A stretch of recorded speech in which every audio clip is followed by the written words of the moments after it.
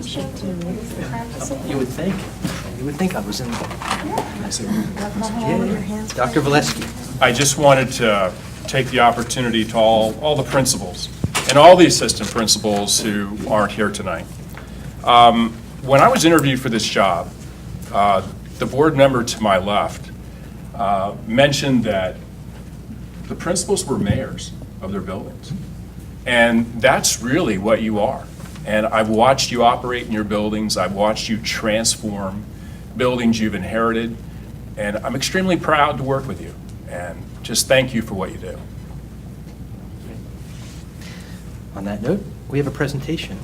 Dr. Ogden. Dr. Ogden. With the MCC Pathways Program. All right. And what did the board member on your right tell you? I'm not sure that she said anything. Somebody else had this. I was going to say that last week. It's probably for somebody else. Well, good evening again. I'm making a habit of this. No. And it's time to. I want to talk tonight about what we look at as a Pathways vision, which includes a number of things. But it's a planned path, as we view it, that ensures that each East Brunswick graduate is college and/or career ready. And this project we've been working on now, to some degree for many years, but the last 2 years particularly. I want to just quickly go through just some of the profile of last year's class. Graduating class of 2017, 80% went to four-year colleges, 14% to two-year colleges, 2% to trade and technical schools, 3% to work, and 1% to the military. Overall, 96% went on to higher education after graduation. 66% of those are attending college or universities in New Jersey. That's an increase.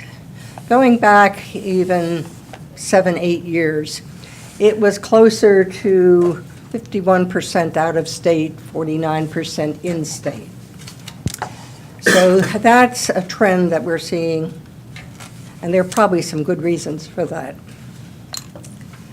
So 34% are out of state, and 91% of the students, and this is from a survey we did in June, just as they were ready to leave, so it was virtually every senior. 91% of the college-bound students said they are attending their first or second choice. And I think that's important. They attend a lot of different colleges, particularly out of state, huge number. But they feel that they're attending first or second choice that they want to go to.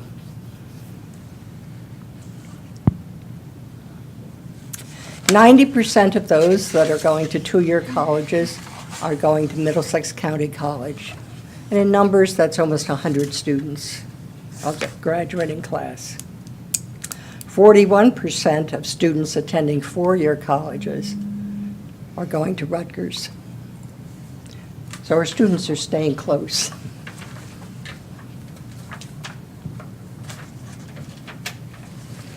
One of the figures that the state has provided in the last few years is that through a database they can determine where our students, what colleges they're actually in, and they look at it 16 months after they've started, really toward the beginning or the end of their sophomore year, and ask the question, or they tell us anyhow, that of those 96% that went into higher education, 85% are still enrolled in the third year.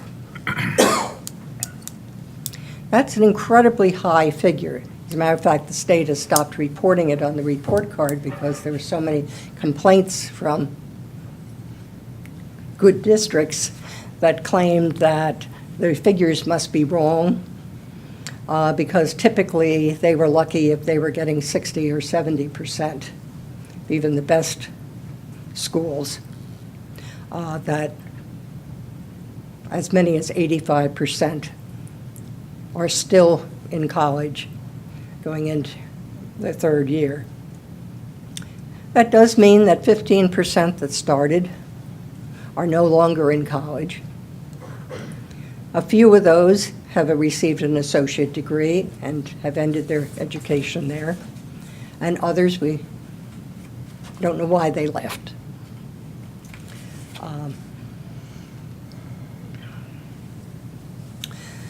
Looking at other indicators, and one that's been important to us, are that the students entering two-year college, and this is almost all Middlesex County College, are they really ready for that? 41% do not require remedial reading before they start courses. But you see the flip of that, and it's always a concern.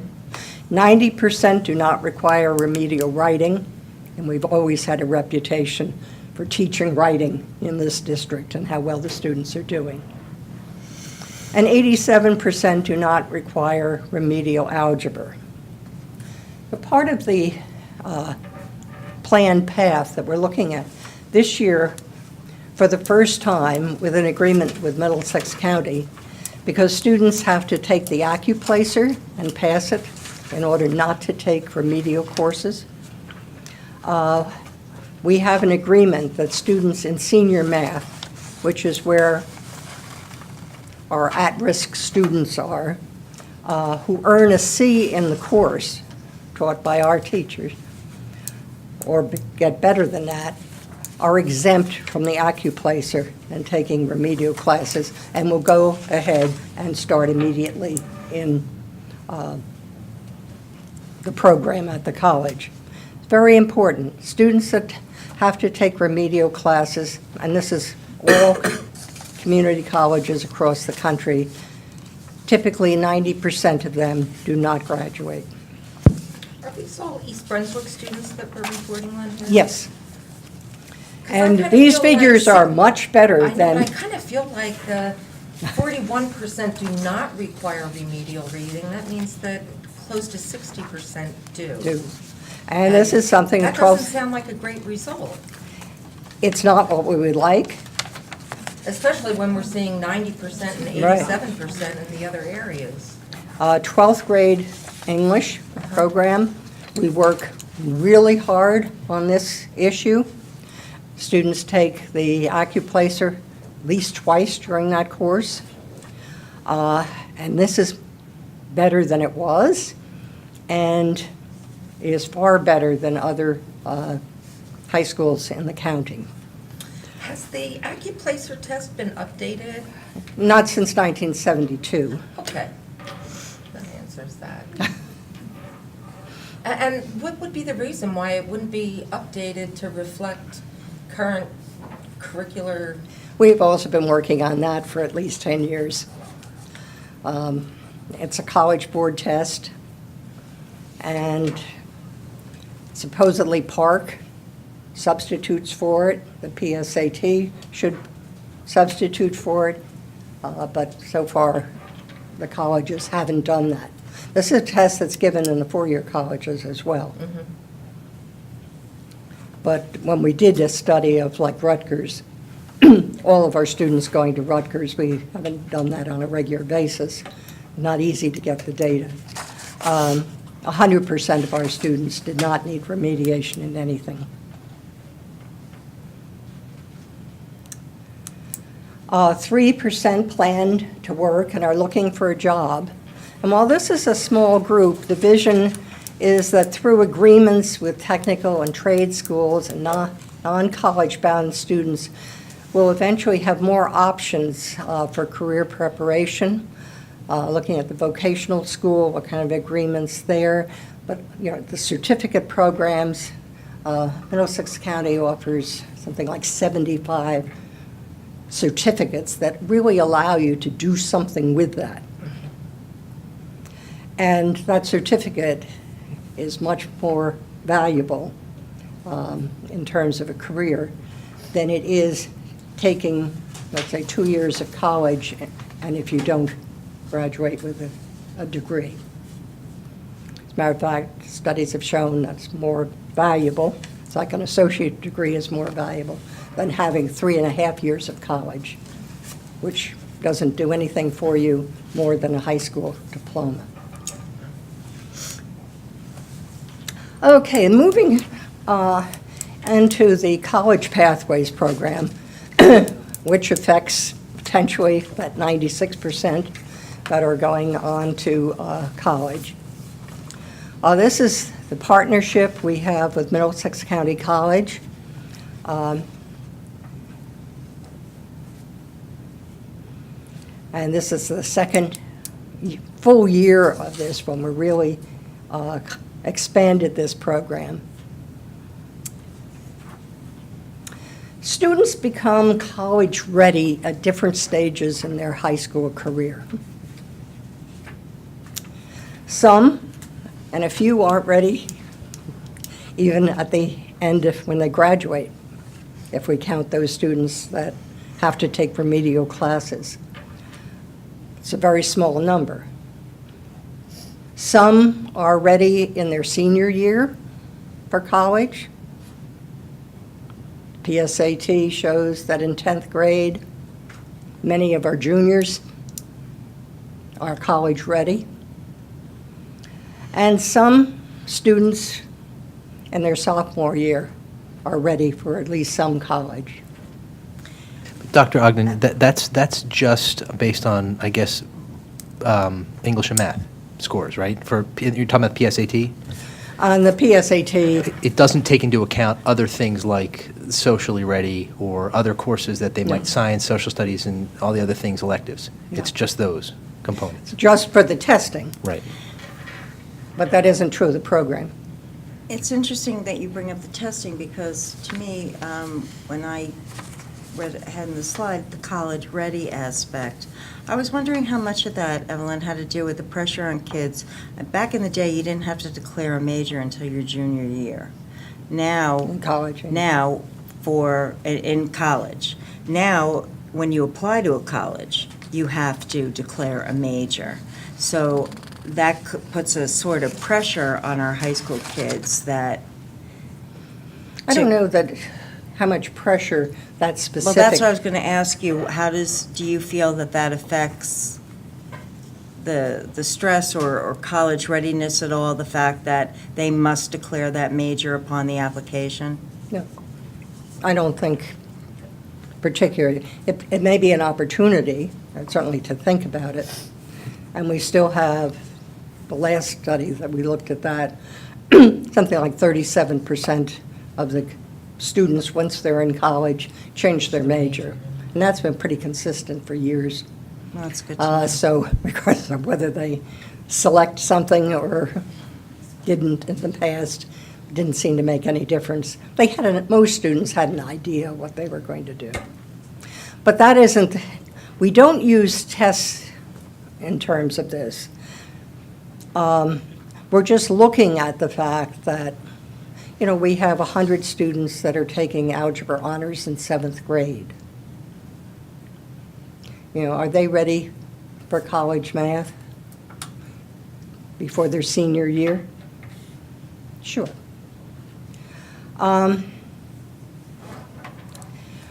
Right now, this fall, 66% of our high school seniors, or our high school students, something like 1,350, are in college-level courses.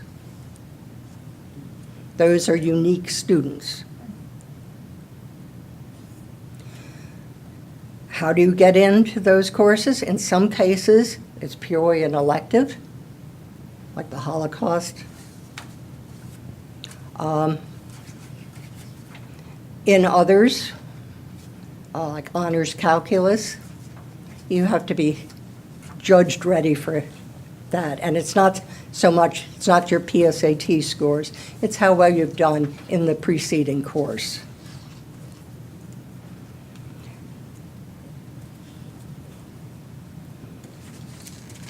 So the Pathways program gives students the opportunity to jumpstart college by receiving college credit for the work they deserve.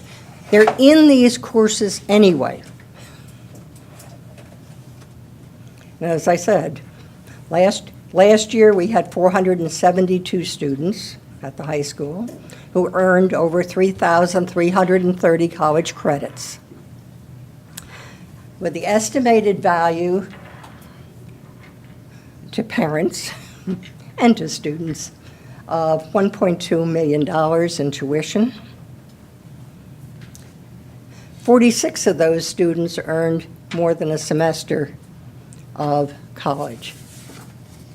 I mean, this program, I think we need to look at it through the lens that it's a community program as well as a student program. And there's also something to be said for your 10th or 11th grader getting in the mail at the end of the year a transcript from Middlesex County. Absolutely, it builds confidence, Yeah. the sense of, hey, I can do this. And you're doing it with our 40 teachers that are coadjutant instructors at MCC. And those credits were accepted last year. We wait till August and we actually go to the students and say, what did you take in what, or did they accept in which college? So we have very precise data. We're accepted in over 40 colleges in the state and nationwide. New Jersey, the only two colleges that didn't accept credit was Princeton and the College of Pharmacy in Newark. It's an interesting one, exploring that. But okay, this year, there are 43 MCC courses that receive college credit, and they equate to 27 of our courses. And they match up. You notice there are more courses on the right than there are on the left, which are the East Brunswick courses. Why is that? Is because in many cases, one of our year-long courses counts as 2, or in this case, we're looking at chemistry, 4 college courses. So for example, if you're in chemistry honors, and there are a lot of students in chemistry honors, they're sophomores, that can count for chemistry 121, general chemistry, and a separate course, the lab for chemistry. And then the second semester, chemistry 122, general chemistry, and chemistry 126. So then there are always lots of questions, and we'll never answer all of them. And, students ask, is the course harder or require additional work if you take it for college credit? The answer is no. It's the same course. You take the same tests. There's no additional workload. There's no difference in rigor. The teachers in these courses just simply have the transcript or the roster, and they know which ones are in the program, but it doesn't affect how they teach or what they teach.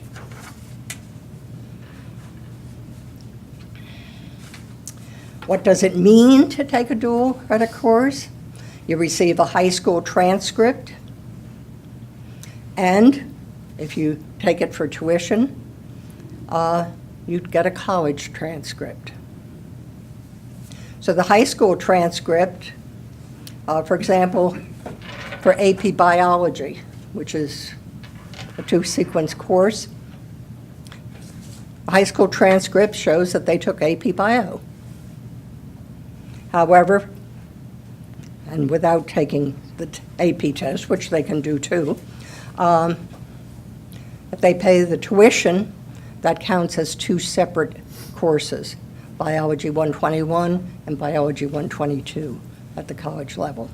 And that's what appears on that transcript. Final grade For students, in the college course is the final grade for the high school course.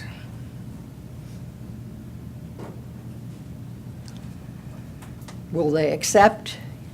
I already touched on the fact that last year, 40 colleges in New Jersey and across the country accepted specific courses, and if they, and among that 40, there were none that they rejected. So it wasn't like they took one and didn't take something else. However, they took it or they didn't take it, like Princeton. Question comes up, if you're in one of the dual enrollment courses, do you have to take it for college credit? No. It's an option. That's all. And nobody, stands up there and says, oh, you're taking it for college credit. Who is eligible? Students that are eligible for the courses anyhow. If you're eligible for honors, have the background for honors chemistry, you're in honors chemistry. You have the option. However, this year, enrollment in dual enrollment courses, because there are electives in there, we've got art history now, and we have music theory and the arts and other, about 43 courses, are up 11% overall. When do they need to decide? Okay, starting next Monday, October 2nd, registration goes live. There's a website, it's posted in the high school. If you wish to go in at the end, there's a website you can go in. There's a video on the program, there's the general Q&A, there's information on TIN numbers for students that do not have, green cards or visas, or social security numbers rather. And of course, all the courses, and they can just click on the course they wish to sign up for. It prints out an application, it notifies them and their parents. So they've started, because obviously the year starts before October 2nd, which is the registration period. So students have already registered or have been assigned to these dual classes. Oh, yeah, that was. So they have a month, the first month, and then Right. they decide whether they think. Yeah, they just wanna almost take it. exactly a month. Okay. So they're in the course, they've, probably taken a couple of tests. Yeah.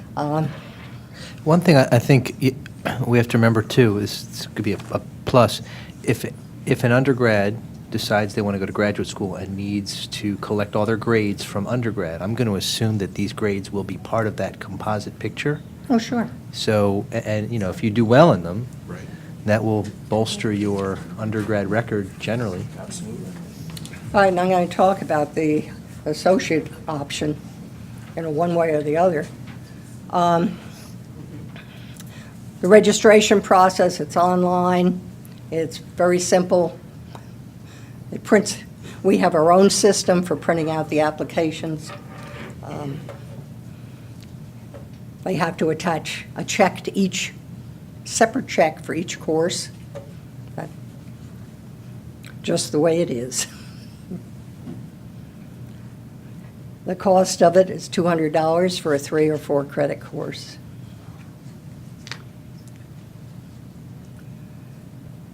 Okay, I went over that before. Going back to 2013, because I'm getting into the financial end of this, and looking, we do a 3-year study. 28% of the students in that class borrowed money to attend college. And the average was $11,654 for each of the 3 years that they report is on this. And they will graduate with an estimated debt from college of $46,615. And Dr. Ogden, that doesn't include the debt the parents may have incurred over No. top of the students. Right.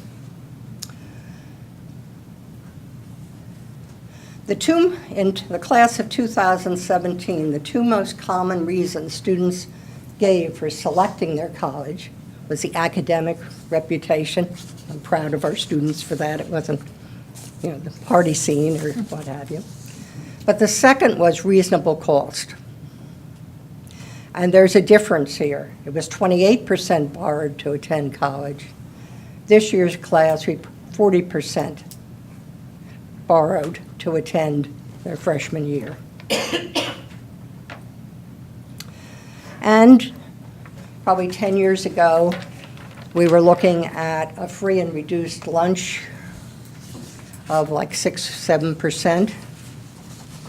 Last year, of those students that were enrolled in dual enrollment courses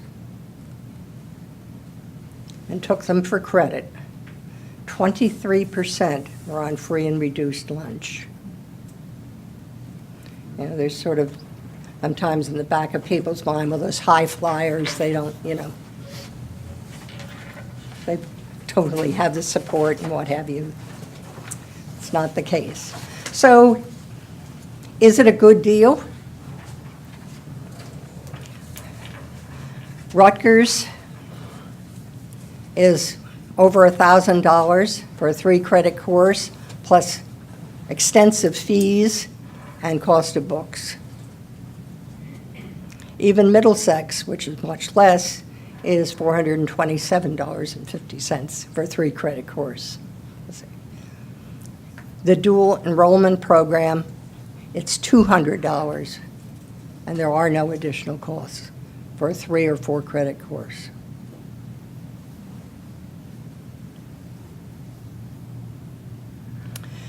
The program's flexible.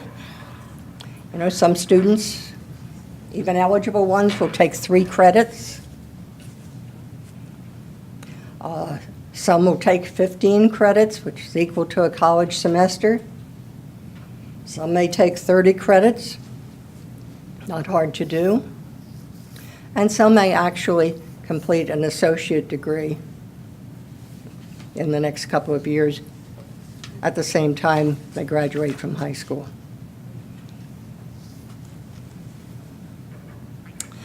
Looking at that associate degree option, most of our students that go to 4-year colleges are going for a Bachelor's of Arts degree, Bachelor of Liberal Arts. However, we have quite a few students, a considerable percentage, that are interested in science, particularly the biological sciences, and indicate that their major is going to be out of a host of biological, or they're going to go to med school eventually. And we have a lot of students, that business was up there. You can do a liberal arts in business, which is another popular elective or path for our students. Students can plan to take up to 40 to 45 credits in East Brunswick. In order to get an associate degree, they must take a minimum of 15 credits on the MCC campus to be awarded an associate degree from MCC. We're looking at, that 15 credits. I mean, if they took everything that we offer in dual credits that a lot of these kids are in, they would have 100 credits. You don't want to take 100 credits. That's not economically. But there is flexibility. There are summer courses that they could go to on campus. And we're also looking at, in the senior year, those students that have many credits, possibility of early release from high school. So they might be taking English comp and Western civilization, for example. That would be 12 credits right there at MCC.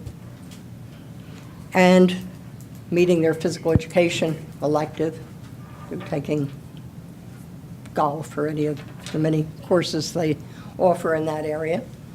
And that would be it. Some will just, they'll move forward, and they may go to Middlesex. They may take, we have 100 going there. So they may take a semester and finish in 3 semesters, or finish in a year, or finish in a semester with an associate degree. And that associate degree is really valuable if they do well. If you're in the Honor Society there, the transfer, and they have all sorts of records to Columbia and, the top colleges. Plus, if you have the associate degree, New Jersey colleges must take it, and you enter as a junior.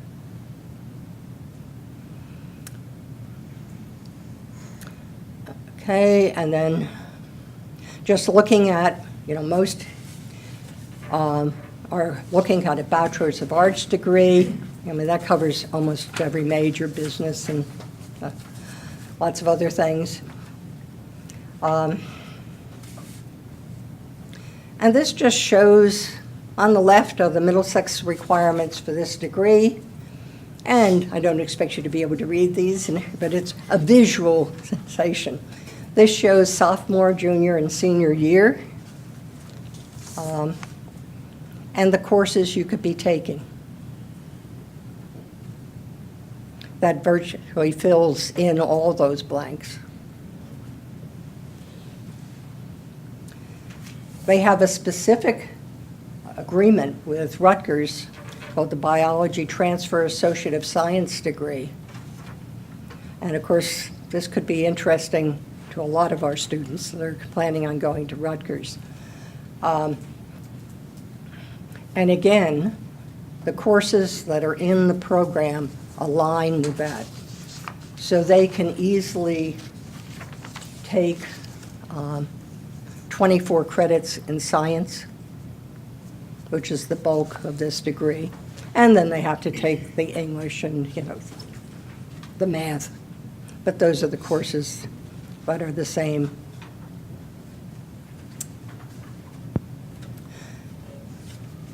So that's kind of an overview of where we are. October 10th, there's going to be a meeting with students who want to learn more about the associate degree option, whether it's work-ported or those that might be interested in going the full extent.